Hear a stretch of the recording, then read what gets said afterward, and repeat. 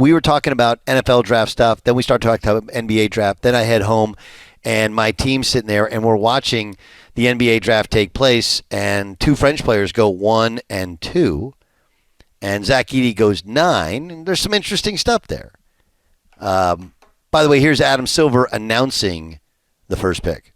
With the first pick in the 2024 NBA Draft, the Atlanta Hawks select Zachary Rizache from Lyon, France, and France's J.L. Bourg-en-Bresse. Yeah, Bourg-en-Bresse is a team I've actually played against. It's interesting. 22 years ago, I went and played in France for a month and a half as I got a chance to to play professionally in France. And I remember thinking then, it's crazy. At that time, Tony Parker had just come to the NBA, and there was others. Boris Diaw was, and Michael Petrus was that year in the NBA. And you saw so many. First, the diversity in France, especially with the French West Indies and some of the other islands, and the migration to France, as well as so many Americans that had played basketball, like Tony Parker's dad, that had played there and lived there. And you started to understand, there was a building basketball culture. And now to have the number 1 and number 2 pick, that's not announcing your presence with authority, Nikola Lelouch style. I don't know what is. And so, yeah, is it a down year? Sure. But you watched Sarr go second, and he's just a ridiculous athlete, ridiculous in terms of the ranginess and ability. And obviously these guys are raw, and they'll have to evolve as offensive basketball players, but crazy, crazy, crazy talent. And you start to kind of ask yourself, what happened to America? Right? What happened to America that our top players, our top prospects, we have such a depth, 350 million people, and we dominate international basketball. How can French players go number 1 and number 2? Matter of fact, 3 go in the top, 6 or 7 of the NBA draft. And, yeah, obviously it's a spike year for France, but we've seen this trend building, and what is it about? I have some thoughts and some ideas.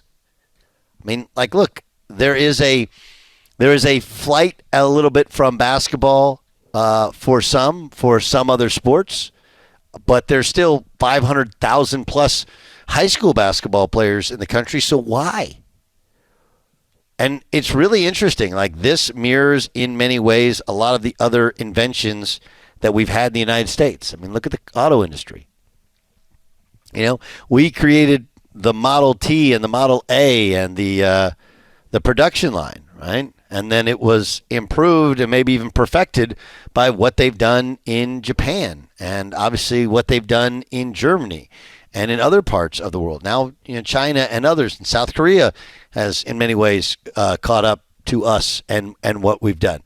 This mirrors that, isn't it?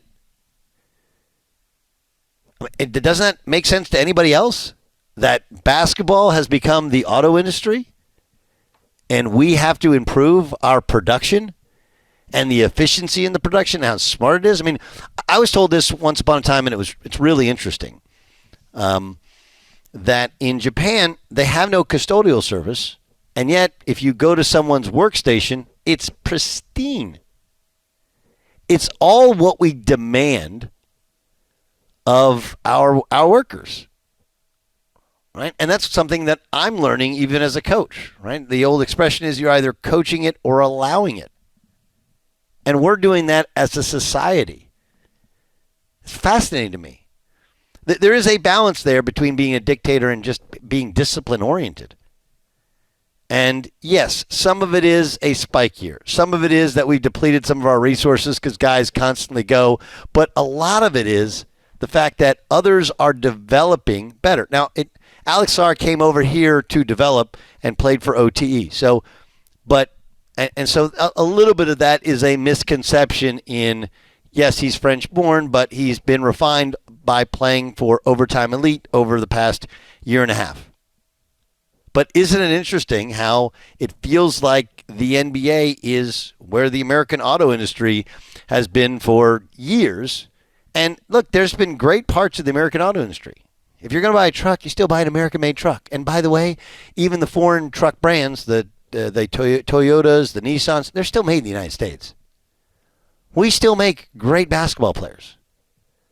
But the percentages, the ratios are changing, and they're building better products in many ways, or more efficient products, or similar products. And in some ways, obviously with bigger players, better products than we're building.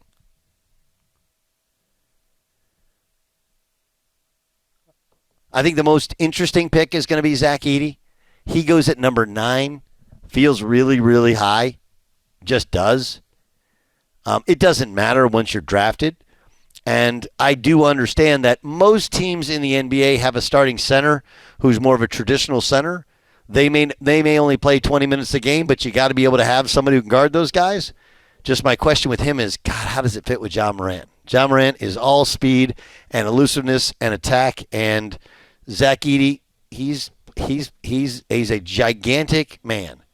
He is talented at what he does, but it's going to be a challenge to do what he does from the basket, as he'll have to. And how is he going to guard? And he's not really a pick and roll guy, and John Morant's going to need some pick and roll assistance. He's just not an above the rim guy. But obviously Memphis is willing to see how it plays out. The comparisons to Steven Adams sound great because Steven Adams is a gigantic man, but Steven Adams is an amazing athlete, and Zach Edey is not. But I looked at last night's draft, and I saw auto industry. And most of it is with our bigger players. Yes, Donovan Clingan, he went, 3rd overall? He's a Bristol, Connecticut product.